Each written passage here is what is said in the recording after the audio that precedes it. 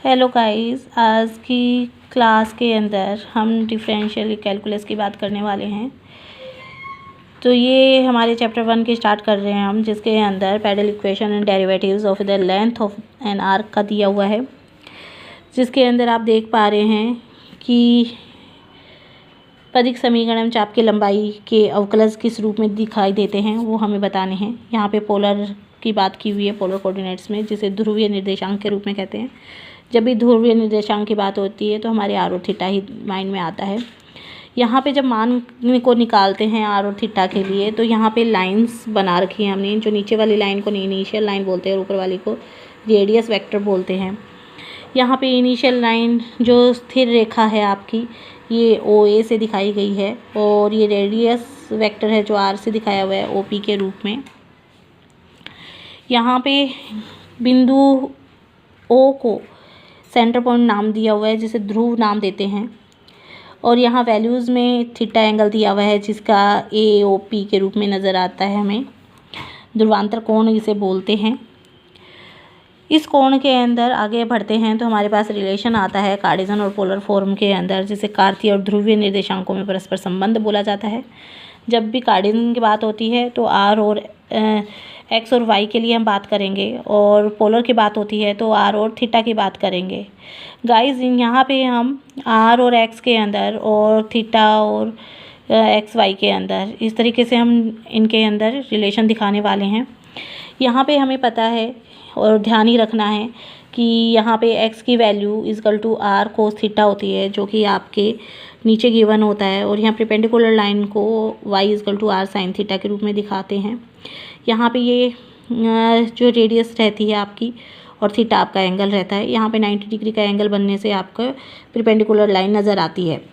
यहाँ पे इन दोनों इक्वेशन को हम स्क्वायर करके और ऐड करते हैं तो यहाँ पे हमारे पास इक्वेशन बन जाती है एक, आर एक्स की स्क्वायर प्लस वाई की स्क्वायर इजकल टू आर की स्क्वायर को स्क्वायर थीटा प्लस में आर की स्क्वायर साइन स्क्वायर थीटा, और हमें पता है साइन स्क्वायर थीटा प्लस को स्क्वायर थीटा इजकल टू 1। यहाँ वैल्यू रख दी, और जब हमने आर की वैल्यू को फाइंड आउट किया तो रूट करके एक्स की स्क्वायर प्लस वाई की स्क्वायर को वैल्यू फाइंड आउट की है।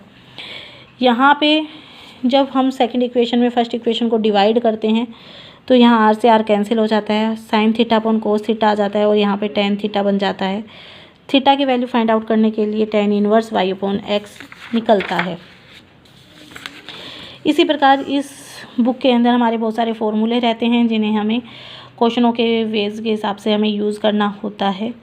गाइस, इसके अंदर बहुत सारी ऐसी चीज़ें हैं जो स्टूडेंट्स को याद करनी पड़ती हैं। फॉर्मूले हमें यहाँ कुछ बनाने होते हैं और कुछ इसके अंदर हमें बने बनाए मिलते हैं, जिन्हें हमें ध्यान रखना होता है। तो स्टूडेंट्स के लिए एक तो सबसे पहले फॉर्मूला याद कर रखना थोड़ा सा होता है, लेकिन बच्चों के बार बार हम क्वेश्चन सॉल्व करते हैं तो वो फॉर्मूले रिपीट होने की वजह से याद हो जाते हैं। तो इसे और हम इजी तरीके से याद करने के लिए ध्रुवांतर रेखा और स्पर्श रेखा के मध्य कोण, जो कि हमारे दिया हुआ है रेडियस वेक्टर एंड टेंजेंट के अंदर एंगल दिखाना है। तो गाइज़, हमने पीछे थीटा का ये कोण पढ़ा हुआ है, और आपने पीछे की क्लासों में भी थीटा तक के कोण पढ़े हुए हैं, बट यहाँ पे फाई के कोण को भी पढ़ना होता है। Tan phi equal to r d theta upon d r की वैल्यू होती है। गाइज़, ये इस तरीके से एंगल बनता है, जिसके अंदर हमारे थीटा का एंगल तो हमने स्टार्टिंग से ही देख ही रहे हैं कि ये थीटा है और ये आर रहती है, बट यहाँ पे साथ में जो कॉर्नर पे एंगल बनता है उन्हें फाई के रूप में लेते हैं। यहाँ पे जो बनता है वही हमारे आर्क के अंदर स्पर्शिका के साथ बनने वाले एंगल का भी हम फाई से ही दिखाते हैं। इन दोनों को हम यहाँ फाई से डिनोट करते हैं, जो कि आपके ध्रुवांतर रेखा तथा स्पर्शी के मध्य कोण रहता है।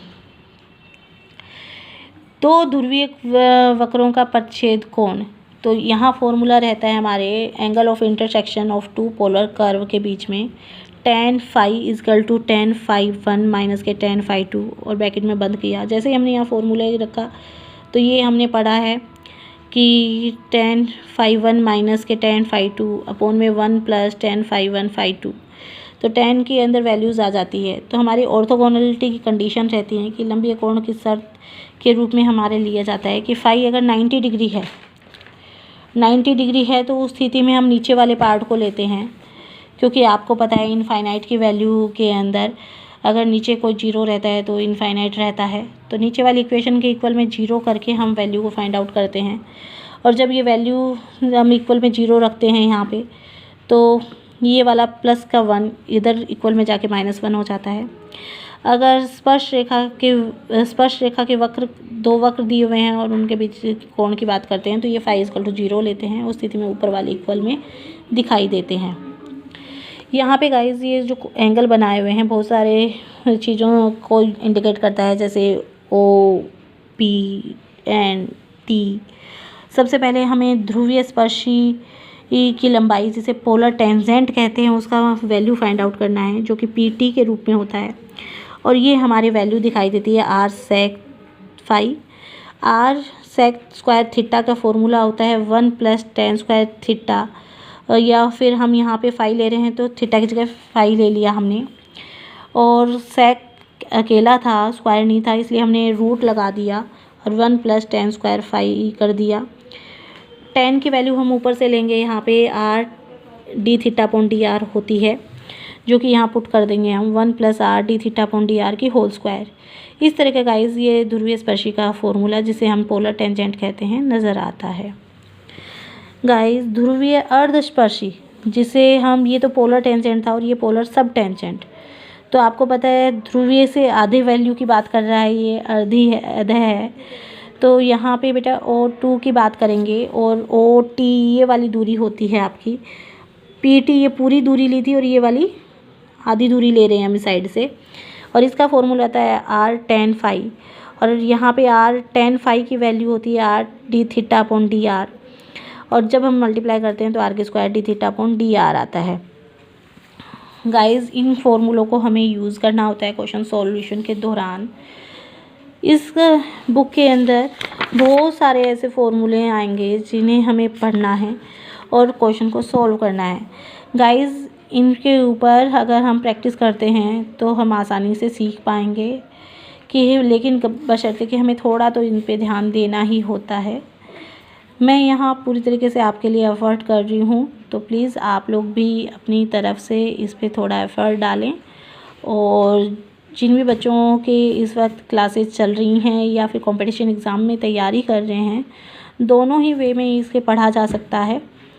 तो गाइज़ इसे पढ़ना आपके लिए बहुत आसान रहेगा, तो आप इसे पढ़ने की कोशिश करें, क्योंकि मुझे यहाँ बनाने में थोड़ा टाइम लगा है, लेकिन आप लोगों के लिए था तो कोई दिक्कत नहीं आई मुझे। Okay, thank you guys, have a nice day.